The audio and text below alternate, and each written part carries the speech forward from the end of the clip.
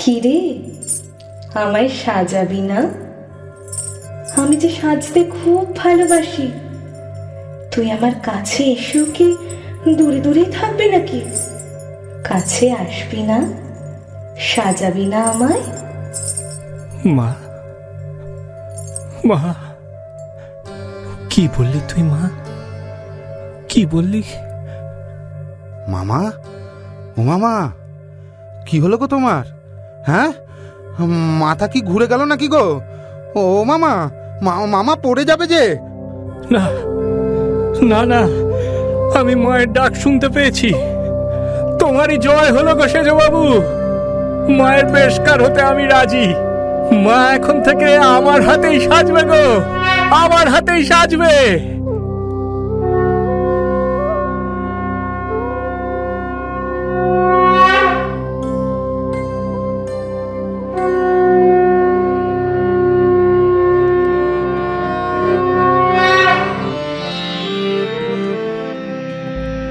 আমার হৃদয় হবে রাঙা জবা,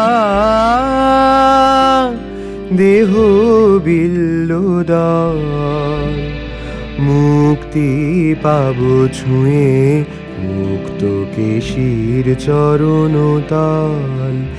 আমার হৃদয় হবে রাঙা জবা, দেহ বিল্লুদল, মুক্তি পাবো ছুঁয়ে মুক্ত কেশির চরণতল। আমার হৃদয় হবে রাঙা জবা।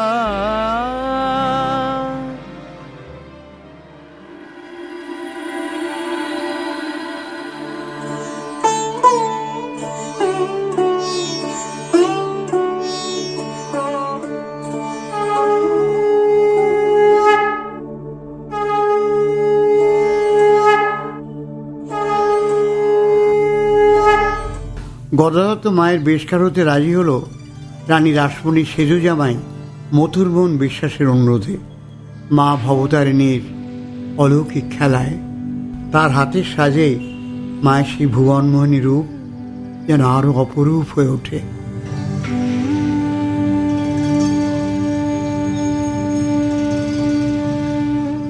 রানী রাসমণি প্রায় মন্দিরে এসে সেই আশ্চর্য রূপ দর্শন করেন আর অবাক হয়ে যান। এই মাকেই তো তিনি স্বপ্নে দেখেছিলেন। তার বর্ণনা শুনেই তো 3 বারের চেষ্টায় এই মূর্তি তৈরি করে দিয়েছেন নবীন ভাস্কর। মন্দির প্রতিষ্ঠার দিনে তিনি এই মাকে 2 চোখ ভরে দেখেছেন, কিন্তু এখন যেন দেখলে মনে হয় মা কষ্টি পাথরের প্রতিমাই নন, কখনো হতেই পারেন না। সেজে গুজে দাঁড়িয়ে আছেন যেন 9 বছরের বালিকাটি, এক্ষুনি যেন পলক পড়বে চোখে।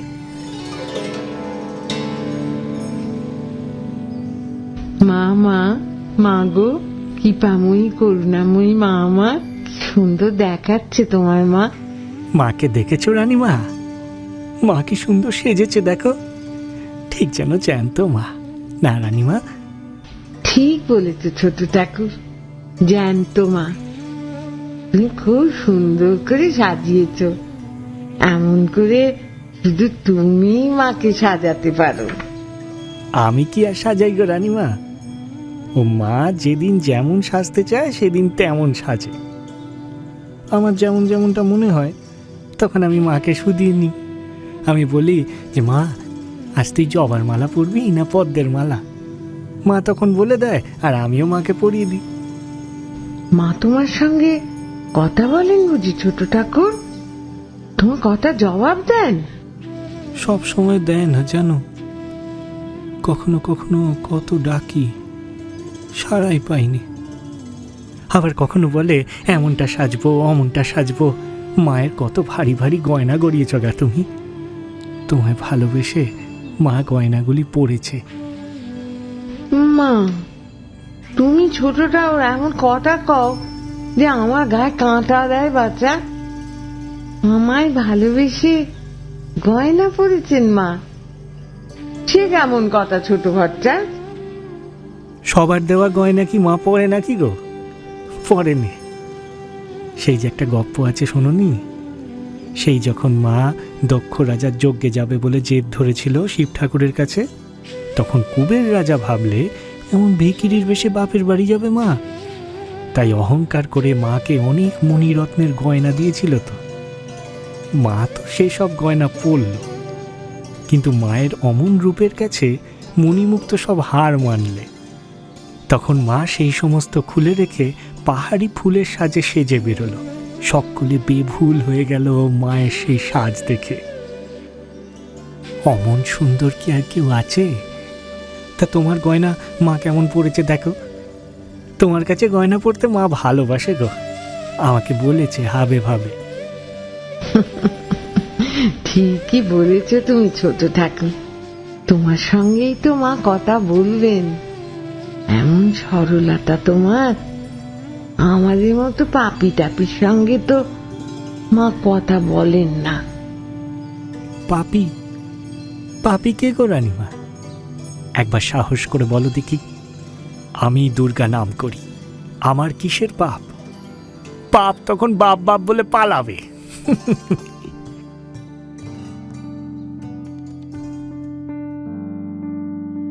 ছোট ঠাকুরের কথাগুলোর মধ্যে এমন এক আন্তরিক বিশ্বাসের জোর আছে, যা কলকাতা শহরের একমাত্র ঝানু মহিলা বণিক রানী রাসমণিকেও টলিয়ে দেয়।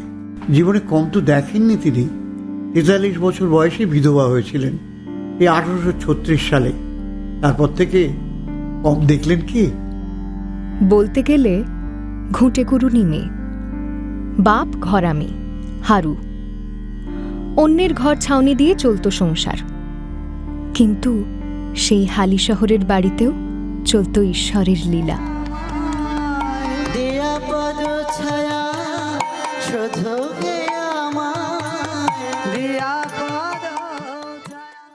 নাম হারু, লোকে বলতো হরু ঘরামি। সংসারে তার বড় অভাব ছিল, কিন্তু ধর্মে মতি ছিল খুব। লোকের কাছে চেয়ে চিনতে নিয়মিত কৃত্তিবাসের পাঁচালি কি কীর্তনের আসর বসাতেন তিনি। 2 ছেলের পরে এই রাসমণি। প্রবাদে বলে, ডুমুরের ফুল দেখতে পায় যে মেয়ে, পরে সে রাজরানী হয়। রাসমণি ছেলেবেলায় ডুমুরের ফুল দেখেছিলেন। সেই শুরু তার জীবনে নানা অলৌকিক ঘটনার। 9 বছরের মেয়ে চোখে পড়ে গিয়েছিলেন হবু স্বামীর, হালি শহরের লাগোয়া কোনা গ্রামের ঘাটে গঙ্গা স্নান করতে গিয়ে।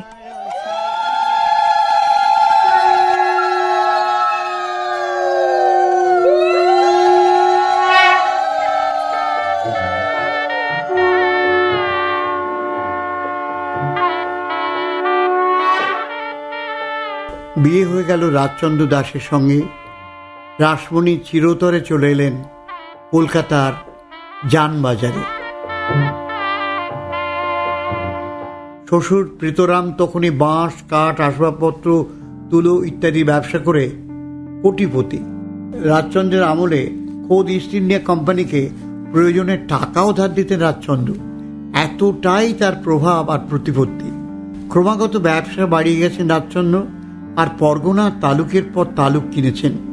কলকাতাতেই অন্তত 50 বাড়ি আছে জানবাজারে। অমন পেল্লায় দোকানি প্রাসাদ ছাড়াও বলছি, বেলেঘাটায় বাজার রয়েছে, আছে মাছের বিশাল পাইকারি কারবার।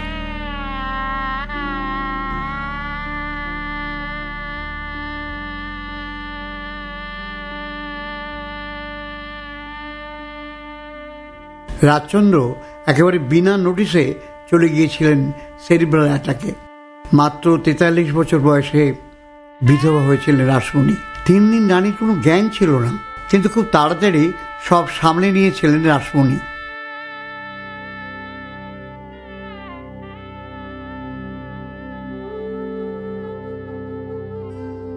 স্বামীর ব্যবসা জামাইদের সাহায্য নিয়ে সমানে বাড়িয়েছেন।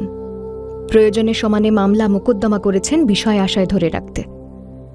এমনকি জামাইদের সঙ্গেও বেঁধেছে মামলা, কিন্তু 2টি সংকল্পে থেকেছেন স্থির। 1, রাজচন্দ্রের মতোই প্রতিদিন ব্যবসায় মুনাফা বাড়িয়েছেন। 2, সচল থেকেছে দান ধ্যান, সেও রাজচন্দ্রের আদর্শ। স্কুল কলেজ, কলকাতার মেডিকেল কলেজ থেকে শুরু করে গঙ্গাপাড়ের আহিরি টোলার ঘাট, কর্তাবাবু রাজচন্দ্র দাসের নামে বাবুঘাট, সর্বত্র রানী রাসমণির দান অবদানের প্রমাণ রয়েছে ছড়িয়ে। সবথেকে বড় কথা, তিনি তাঁর কীর্তির জয়োধ্বজার মতো তৈরি করেছেন দক্ষিণেশ্বর মন্দির। এত কিছু করতে হলে মানব চরিত্র সম্বন্ধে আয়নায় মুখ দেখার মতো ক্ষমতা থাকতে হয়। রাসমণি যথেষ্ট পড়ালেখা ও আইন জ্ঞান অর্জনের পাশাপাশি লোক চিনতে পারার এক দুর্লভ ক্ষমতা রপ্ত করেছেন। পণ্ডিত, গুরুদেব, কুলপুরোহিত, জ্যোতিষী, সন্ন্যাসী, অবধূত তিনি অনেক অনেক দেখেছেন। কিন্তু এই গ্রাম্য, প্রায় অশিক্ষিত 19 বছরের গদাধর চট্টোপাধ্যায়ের মতো মানুষ আগে তিনি কখনো দেখেননি। নাতির বয়সে এই ছেলের চোখের দিকে তাকালে তিনি শুনতে পান সমুদ্রের গর্জন। মনে হয় সমুদ্রের খানিতে জল ঢুকে যেমন স্থির হয়ে যায়, গদাধর যেন তাই। মহাকালের মনোমোহিনী যেন এখনো তাকে গড়ছেন। গদাধর এখনো পুরোপুরি তৈরি হয়নি, কিন্তু হবে হবে একদিন দুকুল ছাপিয়ে সে বান ভাসি করে দেবে এই গোটা টিকি দাড়ি পইতে সর্বস্ব সমাজ। দক্ষিণেশ্বরের এই দেব দেউল হবে আর লীলাভূমি। এই দেবী দেউলটির গঠন বেশ অন্যরকম। 100 ফুট উঁচু মন্দিরের চূড়া, নবরত্ন গঠন। দক্ষিণ মুখে দাঁড়িয়ে আছেন মা ভবতারিণী। তার গর্ভগৃহের বাইরে চারদিকে ঘেরা বারান্দা, তার নিচেই সিঁড়ি। সিঁড়ির নিচে দাঁড়িয়েই মায়ের শ্রীমুখ দর্শন করা যায়। মন্দিরের মুখোমুখি নাট মন্দির। এই নাট মন্দিরে উত্তরমুখী মহাদেব মূর্তি নন্দী ভৃঙ্গি সহ স্থাপিত। কালী মন্দিরের পিছন দিকে সোজা গেলে পড়বে সিংহদুয়ার। সিংহদুয়ার থেকে সোজা এগিয়ে এলে চোখে পড়ে প্রাঙ্গণের পশ্চিম দিকে গঙ্গার ধারে সারি সারি দ্বাদশ শিব মন্দির। সবকটি শিব মন্দিরই পূর্বমুখী। আর প্রাঙ্গণের উত্তর পূর্ব দিকে রাধাকান্তের মন্দির। এই মন্দিরটি পশ্চিমমুখী। কয়েক ধাপ সিঁড়ি উঠে 7টি খিলান দেওয়া বারান্দা। ভেতরে শ্রী শ্রী জগমোহন কৃষ্ণ আর জগমোহিনী শ্রীরাধার মন্দির। এখন গেলে দেখা যাবে পাশের শয়ন ঘরে আরও একটি কৃষ্ণমূর্তি। এই একাকী বংশীধারীর গল্পটির সঙ্গে খুব বড় করে জড়িয়ে গেল গদাধর।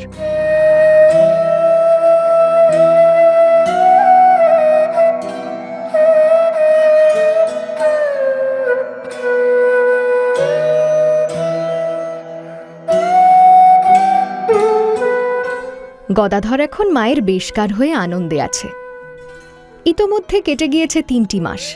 এসে পড়েছে জন্মাষ্টমী। বিশেষ উৎসব উপলক্ষে সেজে উঠেছে দক্ষিণেশ্বর মন্দির।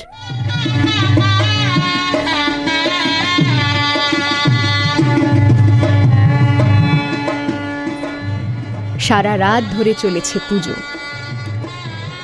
গদাধর আর হৃদয়রাম সেই উৎসবে খুব আনন্দ করেছে। কীর্তন শুনে গদাধর দুহাত তুলে মহানন্দে নৃত্য করেছে। হরিহরায় নমো কৃষ্ণ যাদবায় নমো, যাদবায় মাধবায় কেশবায় নমো। হরিহরায় নমো কৃষ্ণ যাদবায় নমো, যাদবায় মাধবায় কেশবায় নমো। গোপাল গোবিন্দ রাম শ্রী মধুসূদন গিরিধারী। জন্মাষ্টমীর পরদিন নন্দোৎসব। জন্মাষ্টমীতে কৃষ্ণ শুকনো খাবার খেয়েছেন, তাই আজ তার অন্নভোগের এলাহি আয়োজন। সারাদিন ধরে চলল ব্রাহ্মণ বিদায়, কাঙালি ভোজন, দান, খয়রাতি। সেই সময় কৃষ্ণ মন্দিরের পূজারী ছিলেন ক্ষেত্রনাথ চট্টোপাধ্যায় নামে এক ব্রাহ্মণ। মন্দিরের নিয়ম ছিল প্রতিদিন পূজার শেষে শ্রীরাধা এবং শ্রীকৃষ্ণের মূর্তি দুটি গর্ভগৃহের পাশের ঘরে কাঠের পালঙ্কে শয়ন দিতে হবে। জন্মাষ্টমীতে সমস্ত রাতের পুজোর পর পুরোহিত ক্লান্ত ছিলেন। শ্রীরাধাকে শয়ান দিয়ে এসে যখন বংশীধারী শ্রীকৃষ্ণকে নিতে এসেছিলেন পুরোহিত, তখনই ঘটল ভয়ানক বিপত্তি।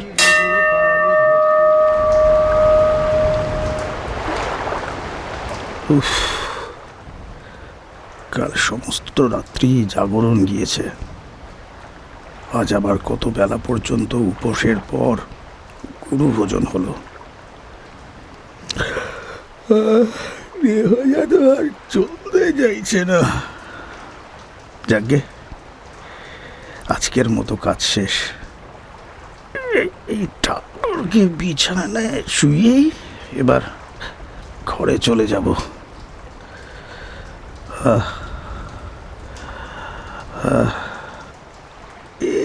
এই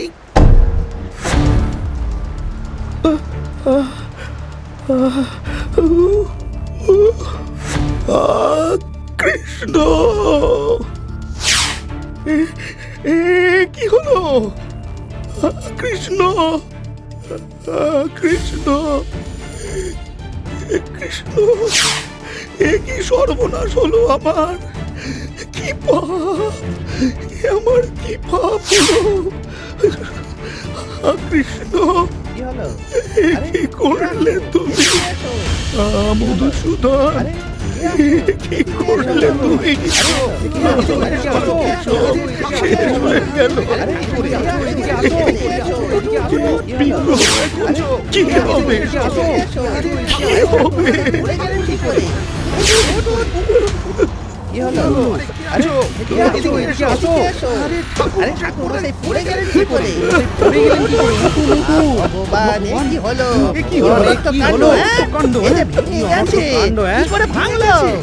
ভেঙে গেছে, কি করে ভাঙলো? কি হয়েছে? ও মা গো, গোবিন্দ, আমার গোবিন্দর পা ভেঙে গিয়েছে যে। কত কষ্ট, কত ব্যথা। মা, তুই কেন এমন করলি রে মা? গোবিন্দের যে খুব কষ্ট হচ্ছে। এই উঠুন ঠাকুর মশাই, উঠুন উঠুন উঠুন উঠুন। চক মেলানো মেজে তো, জল টল ছিল অনেক ঘাত, পা হড়কে গিয়েছেন আর কি। এ কি, তুমি ঠাকুরকে ছুলে কি বলে ছোট ভট্টাচ? তোমার না খাওয়া কাপড়? তাই তো, খাওয়া কাপড়ে তুমি ছুলে কি বলে? ওগো, তোমরা দেখছো না গোবিন্দের যে খুব নেগেছে। একটু কোলে না নিলে কি সে উঠতে পারে? গোপাল আমার, রাধারানীকে ডেকে দেবো?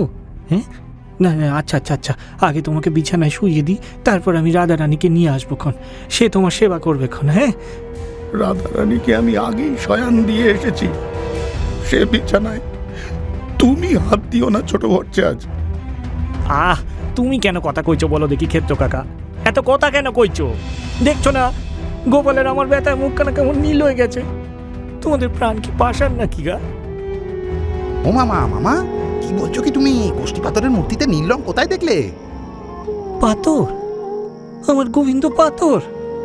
তোরা সব দিকে সর, গোবিন্দকে আগে শুইয়ে দিই আমি। রাধা রানীর পাশে শুয়ে এসে জিরোকে একটু। এই এই যে ঘুমো গোবিন্দ, রাধা রানী তোমার সেবা করবে এখন। হ্যাঁ, ঘুমো। ছ্যা ছ্যা, কি কাণ্ড! উল্টো পাল্টা খানিক বাক্যি বলে ইটু কাপড় এই ঠাকুর চুলে গা একেবারে নই নড়াক্কার করে ছাড়ছে। হবে নে, বড় ভট্টাচার্যের পেয়ারের ভাই রানীমা আর সেজবাবু মিলি ওকে একবারে মাথায় করি রেখেছে, যা খুশি তাই করছে। তোমাদের কি কোনো কাজ নেই গা? সো গিয়ে যাও তোমরা, গোবিন্দের ব্যথা নেগেছে, তাকে বিশ্রাম করতে দাও। খালি কুচ্ছো আর কুচ্ছো। যাও দেখিনি, যাও যাও।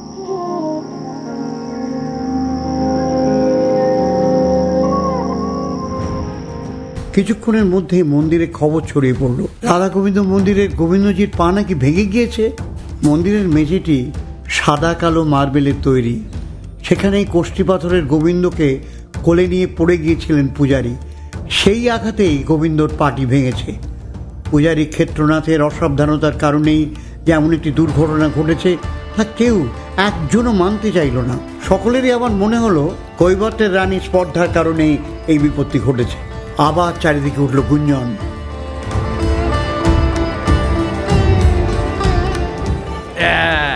বলেছিলুম কিনা, আমি বলেছিলুম কিনা বলো? ঠিক বলেছিলুম। এই মন্দিরে কোনোদিন দেবতা থাকতে পারে? গেল তো গোবিন্দের পা ভেঙে। ঠিকই বলেছ, কেষ্ট ঠাকুর কি আর সোজা ঠাকুর গো? ও অপবাদী সহ্য করতে পারে না। কালী মন্দিরে কেষ্ট ঠাকুর থাকবে কেমনে? কেনই বা থাকতে যাবে? তাই দেবতা দেখিয়ে দিল যে ওইখানে আমি থাকতে নারাজ। একেবারে নির্যশ কথাটি কয়েছো এ বাচস্পতি। কেষ্ট ঠাকুর দেখিয়ে দিল যে ওই মন্দিরে তিনি থাকবেন না। কত ঘটা করে জন্মাষ্টমী করার পর দিনই এই বিপত্তি। এ কখনো ভগবানের ইচ্ছা নইলে হয়? এইবার দেখা যাক কি করে ওই সুদ্দূরের রানী।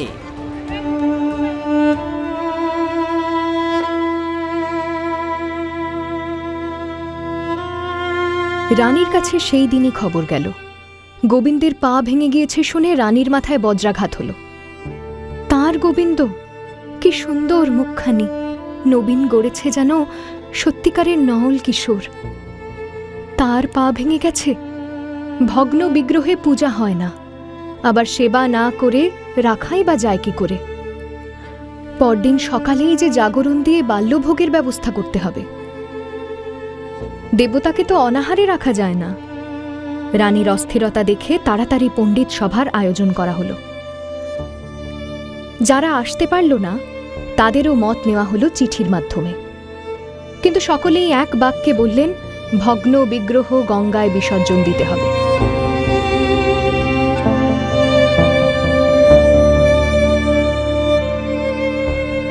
হা গোবিন্দ, কি করলে ঠাকুর? কেন এমন হলো? কোন পাপে সাজা দিচ্ছ ঠাকুর? ও মা গো মা, তুমি শান্ত হও দেখিনি, এমন করে কেঁদো না। যা হওয়ার তা তো হয়েই গেছে। এখন কাঁদলে তাতে শুধু তোমার শরীর খারাপ হবে। ওই তো তোমার জামাই এসেছে। মতুর, অমতুর, কি খবর হলো বাবা জীবন? এই জগদম্বা, কেদারাখানা এগিয়ে দে না। মা, আপনার কথা শুনে আমি রামকুমার চাটুর্যকে মন্দির থেকে আনতে পাঠিয়েছি। তিনি এখনই এসে পড়বেন। কিন্তু মা, একটা কথা বলি আপনাকে, পণ্ডিতেরা সকলেই এক বাক্যে বলেছেন যে ভগ্ন বিগ্রহে পুজো হবে না, ওই বিগ্রহ গঙ্গায় বিসর্জন দিতেই হবে। না না মতুর, ও কথা তুমি আমাকে বলো না। ও কি শুধুই পাথরের ঠাকুর নাকি? ও যে আমার ছেলে মতুর, আমার ছেলে। কতদিন ওর মুখের দিকে তাকিয়ে তাকিয়ে আমি ভেবেছি ও আমারই সন্তান। কেন আমাকে ছেড়ে যাচ্ছ গোবিন্দ? কেন ছেড়ে যাচ্ছ? গোবিন্দ কি আর শুধু একটা মূর্তিতেই থাকেন মা? নবীন ভাস্করের কাছে খবর পাঠিয়েছি, সে আপনাকে ঠিক একই রকম আর একটা মূর্তি বানিয়ে দেবে। সেই মূর্তির প্রাণ প্রতিষ্ঠা হয়ে গেলে সে ঠাকুর আপনারই ছেলে হবে। ওই তো ঠাকুরমশাই এসে গিয়েছেন।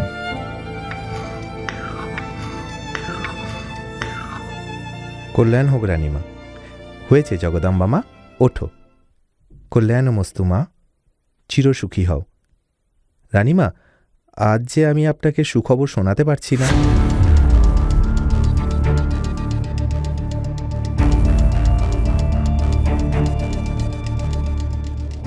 না না না ঠাকুর মশাই, ও কথা আপনি বলবেন না। আপনি যে আমার অগতির গতি। যখন কেউ আমাকে মন্দির প্রতিষ্ঠা করতে দিতে রাজি হচ্ছিল না, তখন যে আপনিই আমাকে পথ দেখিয়েছিলেন। আপনিও বলবেন না যে আমার গোবিন্দকে বিসর্জন দিতে হবে। ভগ্ন বিগ্রহে দেব সেবা যে শাস্ত্রে নিষেধ, আপনি নবীন ভাস্করকে ডেকে পাঠান। নতুন মূর্তি তাড়াতাড়ি গড়িয়ে প্রাণ প্রতিষ্ঠা করতে হবে। সেবা তো বেশি দিন বন্ধ রাখা যাবে না। আমি আপনার ভক্তি জানি রানীমা, কিন্তু এছাড়া যে সত্যি আর কোনো পথ নেই মা। তুমি আর মন খারাপ করো না মা, কিছু তো করার নেই। অঘটন ঘটে বলেই তো তা অঘটন মা, সবই দেবতার লীলে। আপনি আমার সঙ্গে আসুন ঠাকুরমশাই, দেবতার প্রসাদী ফলমূল একটু কিছু মুখে দেবেন। আসুন, সেই পদ্মূর থেকে এলেন।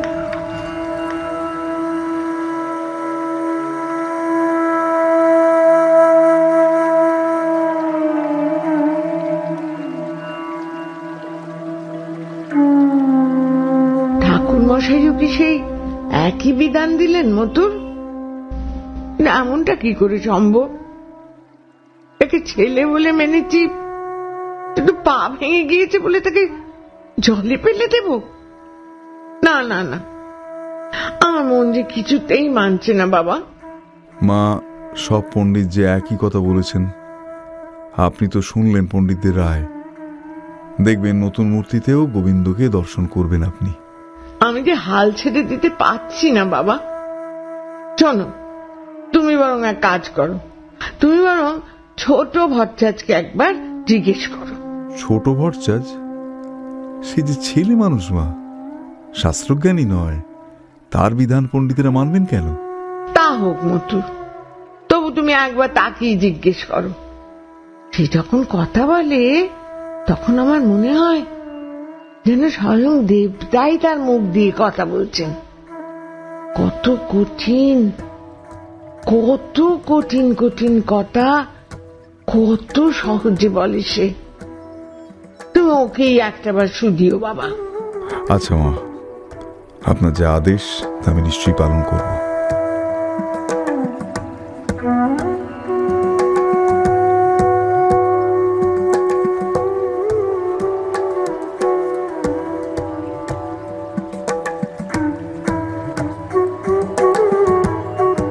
অন্য কোনো উপায় না দেখে রানীর কথা মানতে রাজি হলেন মথুরবাবু, কিন্তু তিনি নিজেও মন থেকে মানতে পারেননি যে ভাঙা বিগ্রহে পুজো হওয়া উচিত, যা শাস্ত্রে নিষিদ্ধ। তার জন্য জেদ করে কী লাভ? তবু রানীর কথা অমান্য করার তো আর কোনো উপায় নেই। তাই গদাধর ঠাকুরের সঙ্গে একটাবার কথা বলা স্থির করলেন তিনি। দক্ষিণেশ্বরে এসে একটু এদিক ওদিক ঘুরে গঙ্গার ঘাটে গিয়ে দেখলেন ছোট ভট্টাচার্য স্নান করছেন।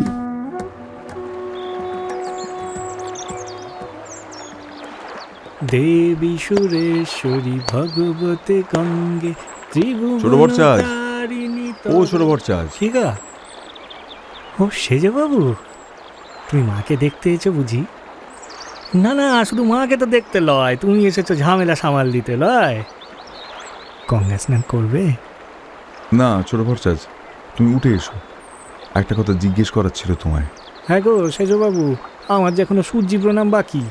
এই 2 বার নাইলুম কি না আজ? বাদ জেগেছিলুম তা ভাবলুম আর একবার নিন, আমার উঠতে যে দেরি হবে। তা তুমিই নেমে এসো না, নামতে শেখনি নাকি?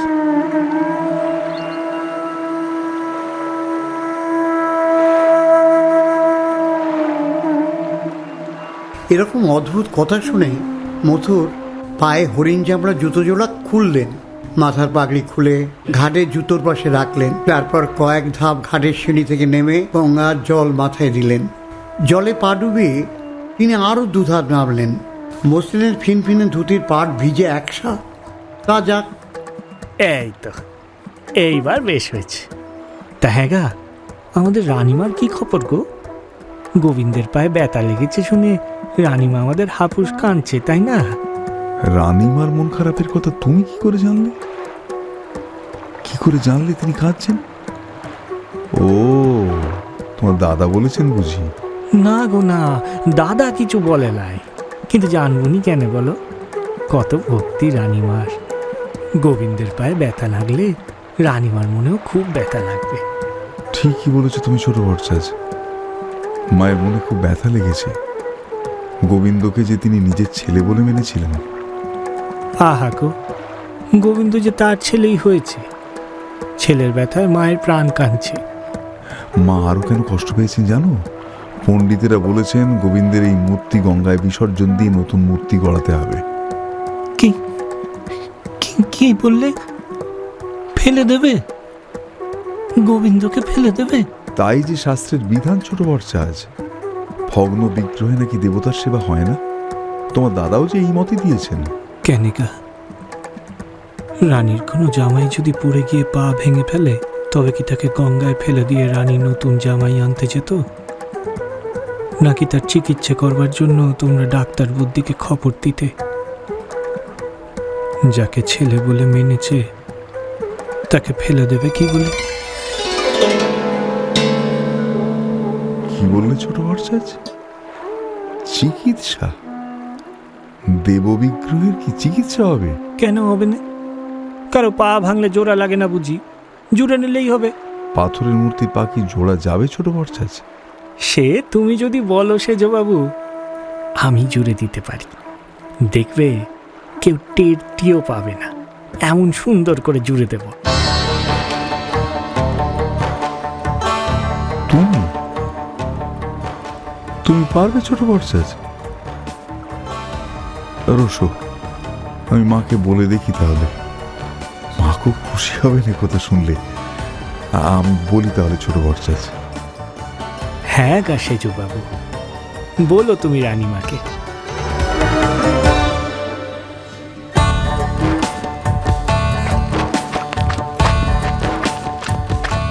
মা মা মা শুনেছেন?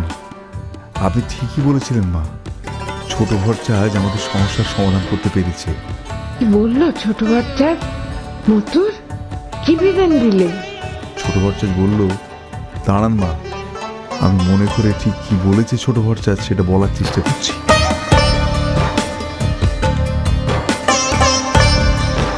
হ্যাঁ, সে বললে, রানীর কোনো জামাই যদি পড়ে গিয়ে পা ভেঙে ফেলে, তবে কি তাকে গঙ্গায় ফেলে দিয়ে রানী নতুন জামাই আনতে যেত, নাকি তার চিকিৎসা করবার জন্য তোমরা ডাক্তার বুদ্ধিকে খবর দিতে?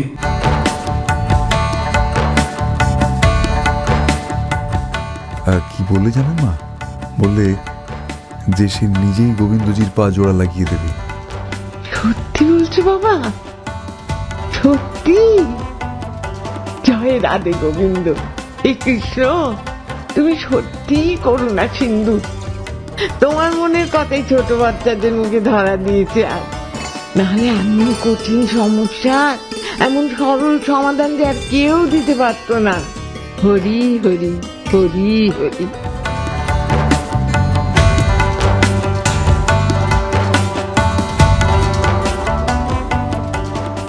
সেই সমাধানই স্থির হলো। গদাধর গোবিন্দের পা এমন করে জোড়া লাগিয়ে দিল যে কেউ বুঝতেও পারল না কখন সেই পা ভেঙেছিল।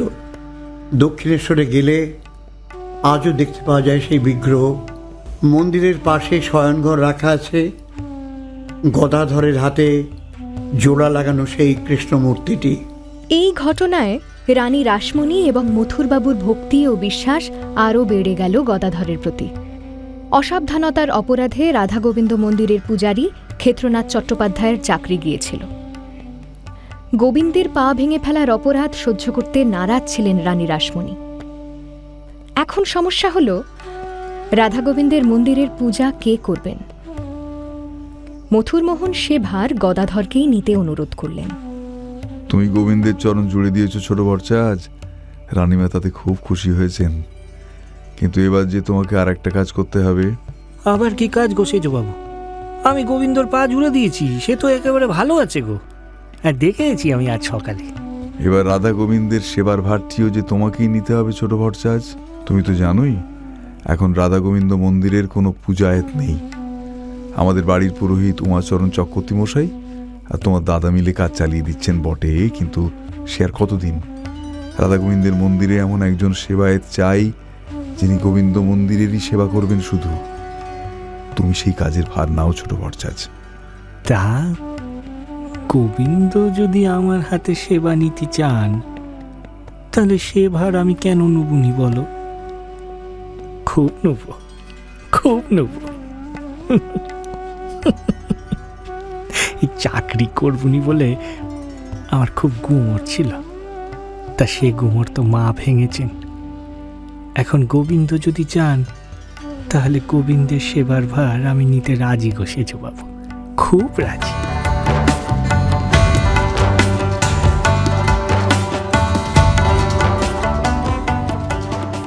এর কয়েক বছর পরের কথা যদিও, কিন্তু তবু এখানেই একটা মজার কথা বলে নেওয়া যাক। বড়নগরে কুটিঘাটের কাছে রতন রায়ের ঘাট, সেখানকার দর্শক মহাবিদ্যার মন্দিরে গদাধর আর হৃদয়রাম মাঝে মধ্যে গিয়ে পেন নাম করে আসতেন। সেখানে একদিন জমিদার জয়নারায়ণ বন্দ্যোপাধ্যায়ের সঙ্গে দেখা হলো গদাধরের। আজ খুব ভালো দর্শন হলো না রে হৃদয়? খুব আনন্দ হলো। হ্যাঁ গো মামা, খুব ভালো দর্শন হয়েছে। ছোট ভট্টাচার্য প্রণাম। অনেকদিন দক্ষিণেশ্বর মন্দিরে যাওয়া হয় না, তোমাদের সঙ্গে অনেককাল পরে দেখা হলো। সব কুশল তো? হ্যাঁ, আমার মায়ের কৃপায় মন্দিরে সব ভালো। কৃপাময়ী মা আমার সব দেখে শুনে রেখেছেন। আচ্ছা, অনেক দিন ধরে একটা কথা জিজ্ঞেস করব করে আর করাই হচ্ছে না। একটা গুজব শুনেছিলাম, তোমাদের ওখানকার রাধাকান্ত মন্দিরের গোবিন্দ কি ভাঙা? এ তোমার কীরকম কথা গা জমিদার বাবু? অখণ্ড মণ্ডলাকার যিনি, তিনি কি কখনো ভাঙা হন?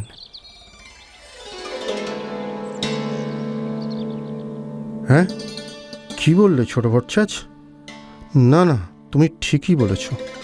ঠিকই তো, আমারই ভুল। কৃষ্ণ যে অখণ্ড মণ্ডলাকার, তিনি তো ভাঙা হতে পারেন না। আমাকে ক্ষমা করো ছোট ভট্টাচ, এমন ভুল আর কখনো করব না আমি।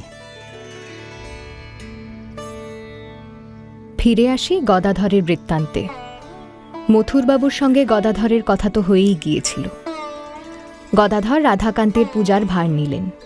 গোবিন্দের ভগ্ন বিগ্রহের সেবা নিয়ে তখন লোকে নানা কথা বলা বলি করত। রানী রাসমণি কিন্তু গদাধর ঠাকুরের প্রতি বিশ্বাস রেখেছিলেন। তিনি লোকের কথায় কান দেননি। রানী রাসমণি আর মথুরবাবু মাঝে মাঝেই ছোট ভট্টাচার্যের পুজো দেখতে আসতেন। দেখবার মতোই ছিল সে পুজো। পুজোর আগে গদাধর প্রতিটি জিনিস গুছিয়ে রাখত।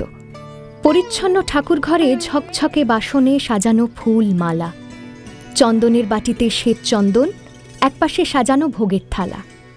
মন্দিরে পূজার আসনে বসা অল্পবয়সী ব্রাহ্মণ ছেলেটি পণ্ডিত নয় বটে, কিন্তু তার সংস্কৃত উচ্চারণ নিখুঁত। পুজোর প্রতিটি পর্যায়ে সে যেন দেহ মন দিয়ে অনুভব করে। তার ভক্তিতে রাধা গোবিন্দের মুখে যে হাসি ফোটে, সে হাসিও যেন চিন্ময়।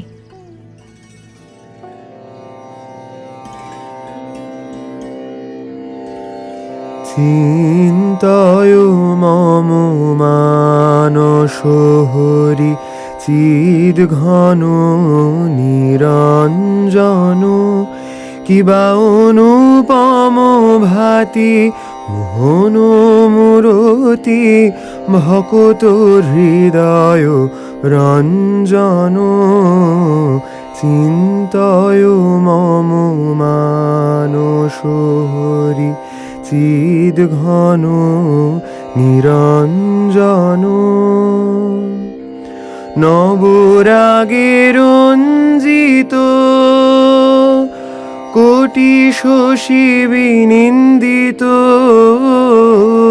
কিবা বিজলি চমকে সেরূপ আলোকে পুলকে শিহারে জীবন হৃদি কমল আসনে ভাব তাঁর শ্রীচরণ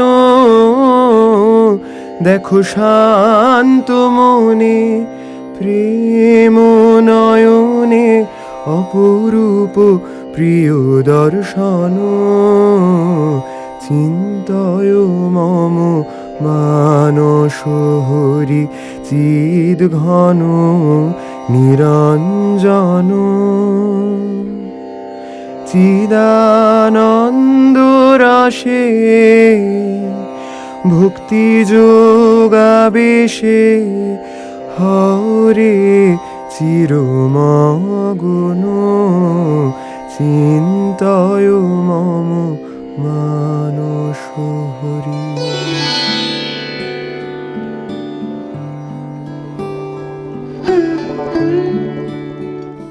কি সুন্দর গান গাও তুমি মামা।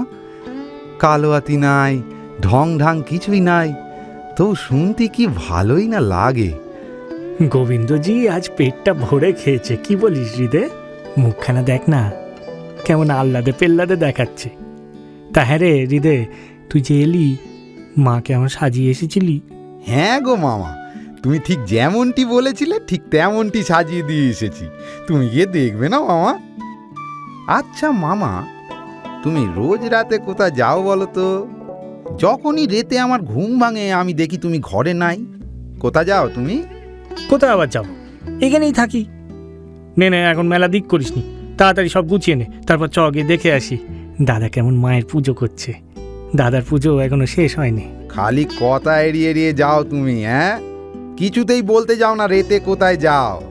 আচ্ছা বলুন, কিন্তু আমিও একদিন ঠিক খুঁজে বের করব।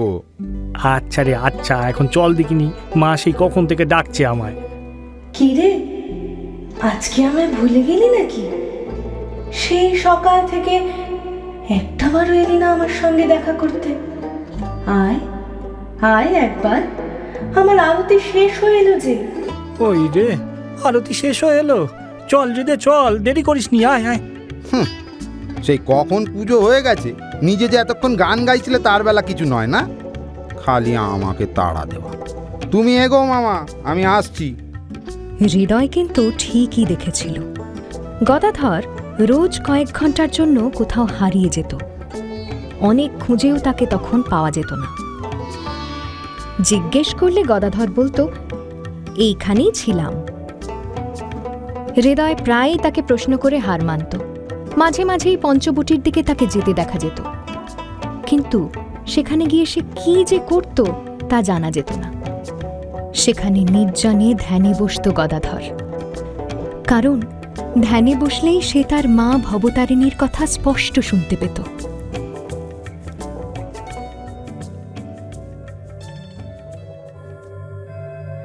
তুই যে খালি গোবিন্দ মন্দিরে সেবা করিস, সে আমার ভালো লাগে না। আমাকে সে কাজ তো তুই দিয়েছিস রে মা, তাহলে এখন অমন করছিস কেন?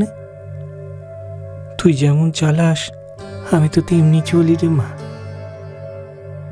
এখন রাধা গোবিন্দের পুজো করছিস কর, পরে তোকে আমার পুজো করতে হবে।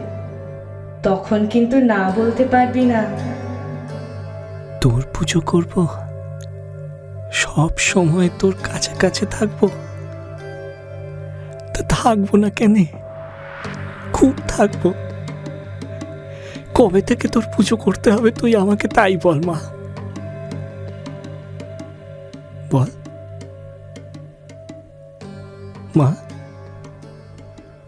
মা, কোথায় গেলি মা? তুই কোথায় হারিয়ে গেলি মা? মা,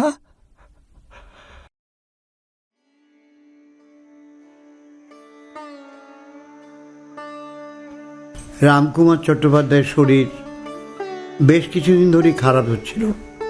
জামাপুকুরের টোলের কাজও তিনি একা একা সামলাতে পারছিলেন না। রামকুমার জ্যোতিষশাস্ত্রে খুবই পারদর্শী।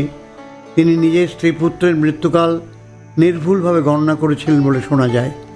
তাই তিনি নিজ মুখে কিছু না বললেও অনুমান করতে বাধা নেই, নিজের মৃত্যুকাল বিষয়েও তার ধারণা ছিল। রামকুমার জানতেন যে তিনি আর বেশি দিন বাঁচবেন না। তাই তিনি দেবী ভবতারিণীর পূজক হিসেবে গদাধরকে এবার তৈরি করতে লাগলেন। গদাই, তোকে আমি একটু একটু করে কালী পুজো পদ্ধতি শেখাবো, কেমন? শিখবি তো? হ্যাঁ দাদা, শিখবো। মা আমাকে বলেছে আমাকে মায়ের পুজো শিখতে হবে। আয় তাহলে, আজ তোকে অঙ্গন্যাস করন্যাসটা শিখিয়ে দিই, কেমন? হ্যাঁ দাদা, আমি তো পুজো শিখতে খুব ভালোবাসি।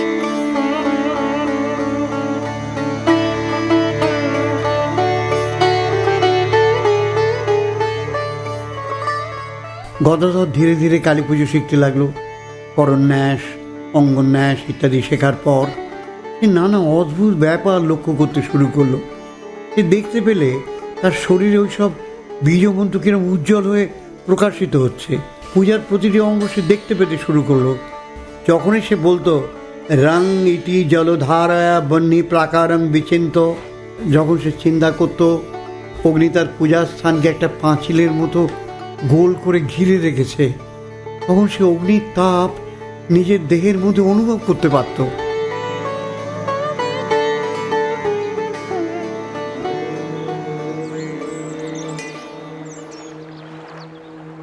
ওদিকে কি দেখছিস রে? বড় ভট্টাচার্য আর ছোট ভট্টাচার্যের ভড়ং দেখছিস বুঝি? বরং না ভাই, বরং কি না জানি না, কিন্তু ছোট বাচ্চা যখন পুজো শেখে তখন ওর চেহারাটা কেমন যেন আগুনের মতো হয়ে যায়। দেখেছিস? মনে হয় ও যেন এই পৃথিবীতেই নেই। কেন এমন হয় বল দেখি? চুপ কর দিকে, চুপ কর। পৃথিবীতে নেই? নেই তো কোথায় আছে শুনি? চাঁদে? তোর যেমন কথা। চল দেখি এখান থেকে, চল বলছি।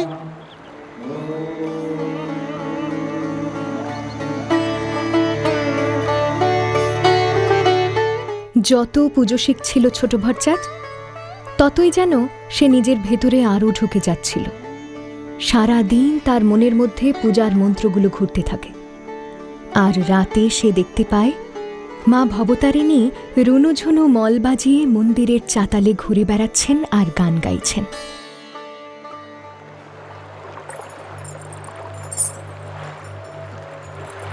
अहं रुद्रेर्विवसुविष्टराम्यहम् आदित्यै ऋतविश्वदेवैयहम् अहं मित्रावरुणो बिभर्महम् इन्द्राग्नि अहमशिनो भः। জানিস, একবার একটা মেয়ে তার নিজের মধ্যে আমাকে খুঁজে পেয়েছিল, তখন সেই মন্ত্রটার গান গেয়েছিল। কে সেই মেয়ে মা? তার কাছে তুই কেমন করে ধরা দিলি? আর আমার কাছ থেকে কেন তুই এমন দূরে দূরে পালাস? সে মেয়ে ছিল এক ঋষি। সে অনেক তপস্যা করেছিল। তপস্যার ফলেই যে সে নিজের মধ্যে আমাকে খুঁজে পেল। তার নাম ছিল বাক। ওমভৃণ মুনির মেয়ে বলে তাকে অনেকে ওমভৃণী বলেও ডাকত। আমি যে কিছু জানি না মা, কোনো সাধনা জানি না, পুজো আচ্চা কিছুই জানি না। দাদা যখন শেখায় তখন যে শুধু তোকেই দেখি, তারপর দাদা বুঝিয়ে বুঝিয়ে বলে দেয় মন্ত্রের মানেগুলো। তখন চোখ ফোটে, তখন অনেক কিছু দেখতে পাই। মনটা তো তোর আমার দিকেই থাকে। আমি যা দেখাই তাই তুই দেখিস। কিন্তু তোকে যে আমি স্পষ্ট করে দেখতে পাইনি, সে যে আমার খুব কষ্ট রে মা, খুব কষ্ট। কবে তোকে স্পষ্ট করে দেখতে পাবো আমাকে তা তুই বলে দে মা। মা, মা, ও মা, কোথায় গেলি তুই মা?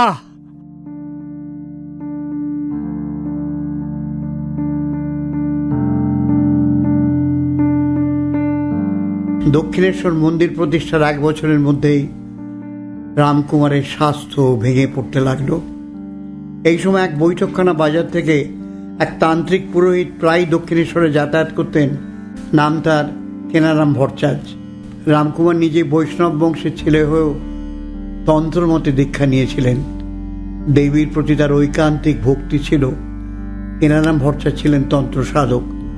দক্ষিণেশ্বর মন্দিরেই তাদের দুজনের মধ্যে আলাপ হয়েছিল।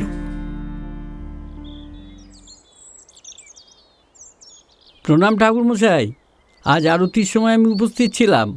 যেমন আপনার পুজো তেমনই আপনার ভক্তি, খুব ভালো লাগলো। প্রণাম। পুজো যা করি তা মায়ের ইচ্ছে। তা আপনাকে তো চিনতে পারলুম না আগে। অধমের নাম শ্রী রামকুমার চট্টোপাধ্যায়। আগে আমার নাম শ্রী কেনারাম ভট্টাচার্য। আমি এই বৈঠকখানা বাজারের কাছেই থাকি। ওখানেই একটি কালী মন্দিরে সেবায়েতের কাজ করি। মায়ের সেবায় জীবনটা দিতে খুব স্বাদ ছিল জানেন। রানী রাসমণি মায়ের মন্দির গড়েছেন শুনে খুব ইচ্ছে হয়েছিল একবার এসে দেখে যাব। এমন রজতগিরির মতো বিশাল দেউল, এমন সুন্দরী মা আর কোথাও নেই। সংসার ধর্ম করেছি মশাই, সন্তানাদি নিয়ে নানা জ্বালায় জ্বলতে হয় সব সময়। তবু যখনই মায়ের কথা ভাবি তখনই মনে হয় এখানে একটাবার আসি। বড় ইচ্ছে ছিল মায়ের সাধনায় নিজের জীবনটা অর্পণ করব, তার হলো কই। এখানে আসতে আপনার খুব ভালো লাগে বুঝি ঠাকুরমশাই? তার বলতে এই স্থান তন্ত্র সাধনার জন্য ভারী উপযুক্ত স্থান। কুর্মাকৃতি জমি শক্তি সাধনার জন্য উপযোগী, শাস্ত্রে বলেছে। আমার তো হলো না, কিন্তু এই দেউল দেখলে মন বলে এখানে কোনো না কোনো সাধক ঠিক সিদ্ধি লাভ করবেন। আপনারও হতে পারে ঠাকুরমশাই। সেই যে শঙ্করাচার্য বলেছেন না, চতুরাশ্রমের শেষেই যে সন্ন্যাস হতে হবে তার কোনো মানে নেই। মায়ের ডাক এলে তখন কি আর সাড়া না দিয়ে পারা যায়? ঠিক বলেছেন ঠাকুরমশাই, একেবারে ঠিক বলেছেন। বাহ, আপনার সঙ্গে কথা বলে খুব ভালো লাগলো। মশাই, আপনার দেশ কোথায়? দেশ আমার হুগলি জেলায় আজ্ঞে। কামারপুকুর বলে কোনো গ্রামের নাম শুনেছেন কি? সে কি কথা! আমারও যে দেশ ওখানেই, কামারপুকুরের পাশের গ্রাম একেবারে। বেঙ্গাই গ্রামের নামটা কি শোনা আছে আজ্ঞে? ব্যাঙাই? ওই আনুর দিয়ে যেতে যে গ্রামটা পড়ে? হ্যাঁ, ওখানে তো বার কয়েক গেছি আমি। ও, ওইখানে থাকেন আপনি? দেখুন দেখি, দেশের লোক আপনি, অথচ আলাপ পরিচয় কিছু নেই। খুব ভালো লাগলো। মাঝে মাঝে আসবেন তো? সে আর বলতে, একে মায়ের মন্দির, তাই আপনি দেশের লোক। না এসে কি আর থাকতে পারি? নিশ্চয়ই আসবো।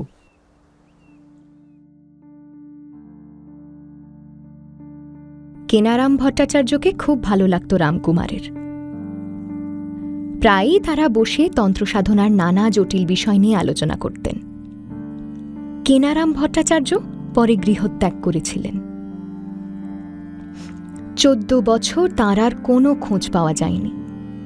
14 বছর পরে যখন তিনি দেশে ফেরেন, তখন তিনি সন্ন্যাসী। তার নাম স্বামী পূর্ণানন্দ। দেশে তিনি একটি পঞ্চমুণ্ডীর আসন তৈরি করে সেখানে সাধনা করতেন। এখনও কামারপুকুরের কাছে বেঙ্গাই গ্রামে তার বংশধরেরা বাস করেন। সেখানে গেলে তার প্রতিষ্ঠিত সেই আসন এবং কালীমূর্তি দেখা যায়। ওদিকে রামকুমারের শরীর ক্রমশ খারাপের দিকে চলল। পুজো পদ্ধতির বিষয়ে গদাধরের শিক্ষা তখন সম্পূর্ণ, কিন্তু দেবীর সেবার অধিকার সে তখনও পায়নি, কারণ অধিক্ষিত শরীরে কালী পুজোর অধিকার পাওয়া যায় না। রামকুমার তাই ঠিক করলেন যে না, গদাইয়ের শক্তিমন্ত্রে এবার দীক্ষিত হতে হবে। তাহলে তিনি যখন অসুস্থ হবেন তখন গদাই অন্তত তার কাজটা সামলে দিতে পারবে।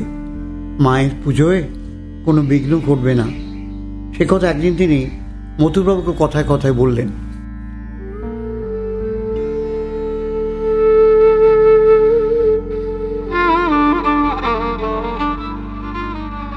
সেজবাবু, আমার মনে হয় এবার গদাইয়ের দীক্ষাটা দিয়েই দিই। আমার শরীরটা কদিন ধরে ভালো যাচ্ছে না। মনে হচ্ছে এবার মা আমায় কোলে টেনে নেবেন। গদাই পুজোর কাজ ভালোই শিখেছে, কিন্তু দীক্ষাটা না হলে শরীর শুদ্ধ হয় না, কালী পুজোয় অধিকারও জন্মায় না। তাই ভাবছিলাম কি ওর দীক্ষাটা এবার হওয়া দরকার। সে তো ঠিক আছে ঠাকুরমশাই, কিন্তু আপনার শরীর কি খুব খারাপ? নইলে এই বয়সেই আপনি যাওয়ার কথা বলছেন কেন? কবরেজ মশাইয়ের সঙ্গে কথা বলেছেন? কবরেজ মশাই? সেজবাবু, মা যাকে ডাকেন তাকে যে যেতেই হয়। কবরেজ মশাই তাকে আটকে রাখতে পারেন না। ও নিয়ে আপনি ভাববেন না। আমি গদাইয়ের দীক্ষার সব ব্যবস্থা করছি, তাহলে কেমন? আপনার অনুমতি নিয়ে রাখলাম। দীক্ষাটা হয়ে গেলে ও মাঝে মধ্যে মায়ের পুজো করতে পারবে, তখন আমিও একটু বিশ্রাম পাবো। আচ্ছা বেশ, কিন্তু ছোট ভট্টাচার্যের গুরু কে হবেন? আপনি কি কারো কথা ভেবেছেন? আগে হ্যাঁ, সম্প্রতি মায়ের মন্দিরেই এক কালী সাধকের সঙ্গে আলাপ হয়েছে আমার। ভাবে ভোলা মানুষ, মায়ের একনিষ্ঠ ভক্ত। নাম শ্রী কেনারাম ভট্টাচার্য। আমাদের বৈঠকখানা বাজারে এক কালী মন্দিরের সেবায়েত। আমাদের পাশের গাঁয়েই ওর বাড়ি। তার কাছেই গদাইয়ের দীক্ষা হতে পারে। তা বেশ, তো তাই করুন। তবে দীক্ষা হয়ে গেলে যদি ছোট ভট্টাচার্য আপনাকে সাহায্য করতে পারে, তাহলে সে তো ভালো কথাই।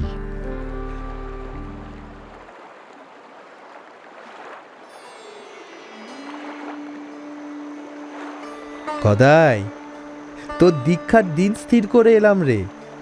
আমার কাছে একজন ঠাকুর মশাই মাঝে মাঝে আসেন, তাকে তুই দেখেছিস কি? নাম কেনারাম ভট্টাচার্য। দেখেছিস? দেখেছি গো দাদা। একদিন তোমরা বসে বসে আমার মাকে নিয়ে অনেক তত্ত্ব কথা বলছিলে, সেদিন দেখেছিলুম তাকে। দেখলেই ভক্তি জাগে, মনে হয় পায়ে গড় করি। ওর কাছেই বুঝি দীক্ষা হবে আমার। আমার তো তাই ইচ্ছে, তা তুই কি বলিস? আমি তো কিছু জানি না দাদা, আমার মা সব জানে। মাকে শুধু বক্ষণ আমি। মা বললে নেব দীক্ষা, তাতে যদি মায়ের পুজো করতে পারি তবে দীক্ষা নুবুনি কেন? বাইবেলের ম্যাথিউ, মার্ক, জন এবং লিউক কথিত সুসংবাদে যীশুখ্রিস্টের ব্যাপটিজমের গল্প আছে। জন দ্য ব্যাপটিস্ট তখন গ্রামে গ্রামে ঘুরে ঘুরে এক নতুন ধর্মের প্রচার করে বেড়াচ্ছেন। মানুষকে বারবার বলেছেন নিজের পাপের জন্য অনুতাপ করতে, আর যারা তার কাছে আসছে এই নতুন ধর্মের কথা শুনতে, তাদের জর্ডন নদীর জলে ডুবিয়ে ব্যাপটাইজ করছেন তিনি। একদিন যিশু এসে তাকে বললেন যে তিনি ব্যাপটাইজ হতে চান। এ কথা শুনে জন বলেছিলেন যে যিশুকে ব্যাপটাইজ করার অধিকার তার নেই। যিশু বললেন, ঈশ্বরের ইচ্ছে যা হওয়ার তাই হবে। আজ এই ব্যাপটিজমের ঘটনাও তার ইচ্ছের বাইরে নয়, কিন্তু তখন জন তাকে জর্ডন নদীতে ডুব দিয়ে জলে দাঁড়িয়ে ব্যাপটাইজ করলেন। ঈশ্বর পুত্রের ব্যাপটিজম শেষ হতেই স্বর্গ থেকে নেমে এলো এক আশ্চর্য আলো। এই আলোর পথ বেয়ে এলো একটা সাদা পায়রা। দৈববাণী উচ্চারিত হলো, এই হলো আমার প্রিয় পুত্র, একে আমি ভালোবাসি। যিশু সমাধিস্থ হলেন। শোনা যায় গয়াধামের শ্রী মাধবেন্দ্র পুরীর কাছে মন্ত্রদীক্ষা লাভের সময় শ্রী চৈতন্যদেবও এইরকম সমাধিস্থ হয়েছিলেন।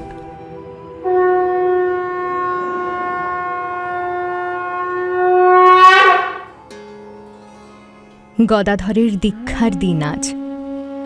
খুব ভোরে উঠে গঙ্গা স্নান করে এসেছে সে। মনে তার ভারী আনন্দ। এবার থেকে তার মায়ের পুজোর অধিকার সে পাবে, মাকে নিজের হাতে ভোগ নিবেদন করতে পারবে। এই ভেবে মনটা আজ তার খুশিয়াল হয়ে আছে। দাদা রামকুমার তাকে ডাকতে এসে দেখেন সে গঙ্গার ধারে দাঁড়িয়ে গুনগুন করে গাইছে।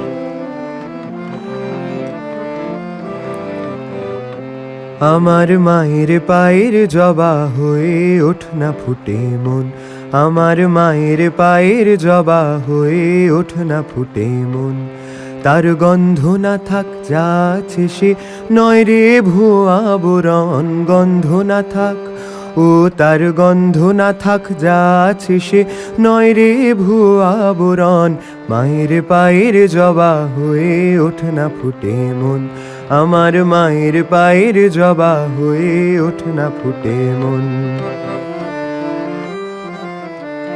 গদাই, গদাই, চ চ চ, ঠাকুর মশাই এসে গেছেন, মায়ের মন্দিরে বসে সব সাজিয়ে গুছিয়ে রাখছেন। ওখানেই দীক্ষা হবে তোর। তো দীক্ষাটা হয়ে গেলেই আজ পুজোয় বসবো আমি। হ্যাঁ চলো দাদা, আমি তো সেই কখন থেকে নেয়ে ধুয়ে নতুন কাপড় পরে তৈরি হয়েই রয়েছি। চলো মায়ের মন্দিরে যাই কি? হ্যাঁ চল চল চল চল চল। এই যে ঠাকুর মশাই, এইটি আমার ভাই, এরই আজ দীক্ষা। ওর চোখ যে আশ্চর্য ঠাকুর মশাই, দেহ লক্ষণ সবই যে মিলে যাচ্ছে। মা আমাকে শক্তি দাও, ওকে আমি কি দীক্ষা দেব? ও যে অনেক বড় সাধক হবে ঠাকুর মশাই, অনেক বড় সাধক হবে। এর কাছেই তুই দীক্ষা নে। মনে রাখিস, গুরু আর ইষ্টে কোনো ভেদ নেই। এর মধ্যে দিয়ে আমি তোকে দীক্ষা দেব। আমি আসব তোর গুরু হয়ে, বারে বারে আসব। বারে বারে আসবি? বারে বারে বারে বারে আসবি তুই? ঠাকুরমশাই, ও ঠাকুরমশাই, তাড়াতাড়ি করো না গো। মা যে আমার শরীর শুদ্ধির জন্য অপেক্ষা করছেন গো। তাড়াতাড়ি করো, তাড়াতাড়ি করো গো, তাড়াতাড়ি করো। গদাধরকে নিয়ে কেনারাম ঠাকুর এবার মা ভবতারিণীর মন্দিরে গেলেন। মন্দিরে ঢুকে দরজাটা ভেজিয়ে দিলেন তারা। এখন ভোরবেলা, দর্শনার্থীদের আসতে এখনো দেরি আছে, তাই কিছুক্ষণ দরজা ভেজিয়ে রাখতে তো বাধা নেই। গদাধরকে জপের নিয়ম আর জপ সমর্পণের পদ্ধতি আগেই শিখিয়ে দিলেন কেনারাম ভট্টাচার্য। তারপর তার কানে কানে শক্তি মন্ত্র দান করলেন।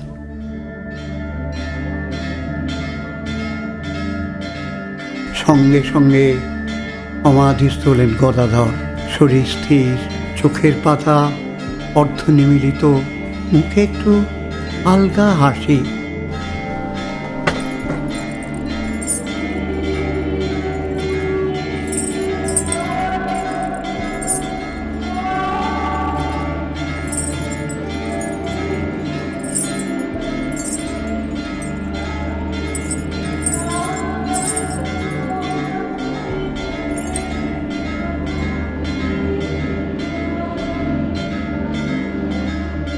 কিনারাম আশ্চর্য হয়ে দেখতে লাগলেন।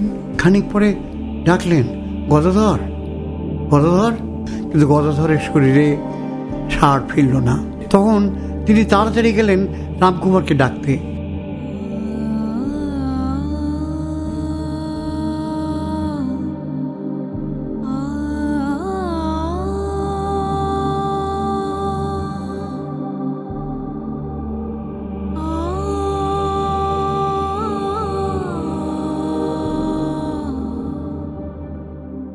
ও ঠাকুর মশাই, একবার ভেতরে আসুন ঠাকুর মশাই। এই দেখুন দেখি, এই যে একেবারে স্থির, বুঝে আর নিজের মধ্যে নেই ঠাকুর মশাই। কি করা যায় এখন? গদাই, এই গদাই, গদাই, না এমন করে হবে নিকো। এক কাজ করুন তো ঠাকুর মশাই, যে মন্ত্র এখনই ওকে দিলেন তাই ওর কানে শোনাতে থাকুন, দেখি তাতে ওর হুঁশ ফেরে কিনা। এই তো গদাধর, বাবা গদাধর, তুমি ফিরেছো বাবা? মা, মা কি দেখালি তুই আমায় মা? আমার প্রাণখানা যেন জুড়িয়ে গেল গো। এবার থেকে আমরা মায়ে বয়ে একসঙ্গে থাকবো, আর তো বাধা নেই। এবার আমরা একসঙ্গে থাকবো, হ্যাঁ একসঙ্গে থাকবো।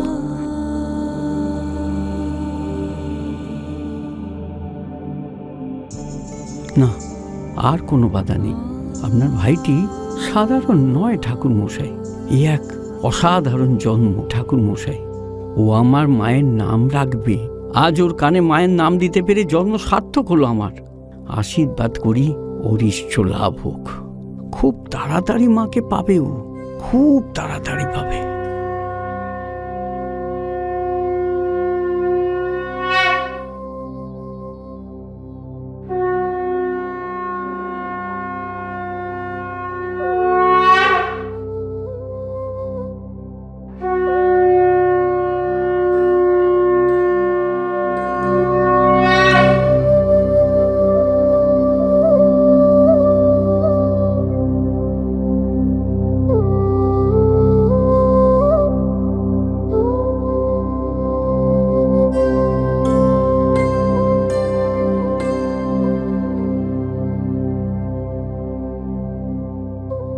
আকুলভাবে ডাকলে নাকি ঈশ্বরের দর্শন পাওয়া যায়। দক্ষিণেশ্বর মন্দিরে নাকি ঘটেছিল তেমনই এক ঘটনা। যে মন্দিরকে কৈবর্তের রানীর প্রতিষ্ঠা করা মন্দির বলে তুচ্ছ করেছিল ব্রাহ্মণ্যবাদী সমাজ থেকে শুরু করে সাধারণ মানুষ, কালচক্র সেই মন্দির হয়ে উঠেছিল এক সিদ্ধ সাধকের সাধনপীঠ। গদাধর কি দেবীর দর্শন পাবে? কি করবে দক্ষিণেশ্বর মন্দিরের বাকি লোকজন? জানতে হলে শুনুন times of theatre the mystic মঙ্কের পরবর্তী এপিসোড। খুব শিগগিরই আসছে টাইমস অফ থিয়েটারের ইউটিউব চ্যানেলে।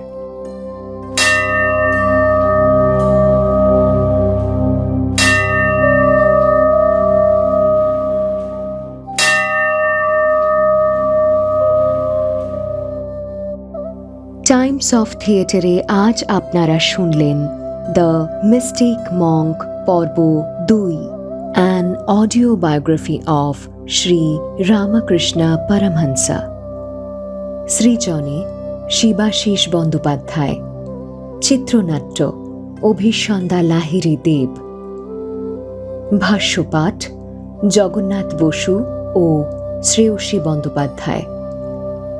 শ্রী শ্রী রামকৃষ্ণ পরমহংস, সব্যসাচী চৌধুরী, রানী রাসমণি উর্মিমালা বসু, মথুর মোহন বিশ্বাস, সুরজিৎ বন্দ্যোপাধ্যায়, ভবতারিণী স্নেহাদ্রিতা মিত্র, হৃদয় অনির্বাণ দাস, রামকুমার এবং দ্বিতীয় পণ্ডিত অর্ক সরকার, জগদম্বা নবনীতা সরকার, প্রথম পণ্ডিত এবং জনৈক রাজদীপ ভট্টাচার্য, ক্ষেত্রনাথ দেবাশিস দাশগুপ্ত, কেনারাম অনুপম বন্দ্যোপাধ্যায়, জয়নারায়ণ জনৈক এবং তৃতীয় পণ্ডিত ইন্দ্রনীল মুখোপাধ্যায়।